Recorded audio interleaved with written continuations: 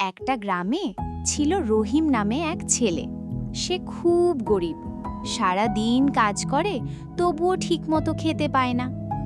এক রাতে কাজ শেষে বাড়ি ফেরার সময় তাকে যেতে হলো এক পুরনো বাঁশবাগানের পাশ দিয়ে। গ্রামের সবাই বলে, ওই বাঁশবাগানে পেত্নী আছে।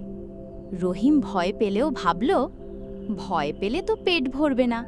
সে হাঁটতে লাগল। হঠাৎ হু হু হু শব্দ, বাতাস যেন ঠান্ডা হয়ে গেল। একটা সাদা ছায়া সামনে এসে দাঁড়ালো।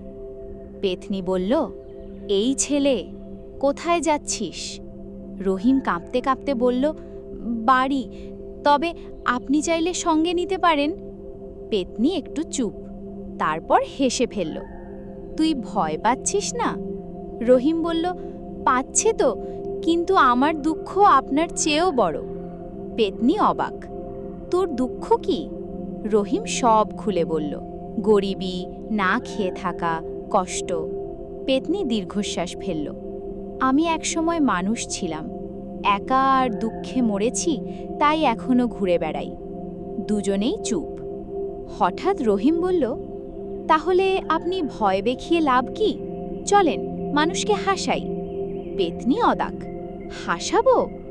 সেদিন থেকে অদ্ভুত ঘটনা শুরু হলো।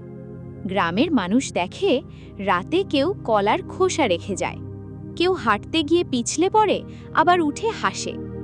ভয় পাওয়ার বদলে সবাই হাসতে শুরু করে।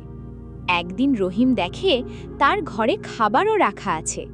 পেত্নী এসে বলল, তুই আমাকে হাসতে শিখিয়েছিস, তাই আমি তোর দুঃখ কমাচ্ছি। রহিম হাসল।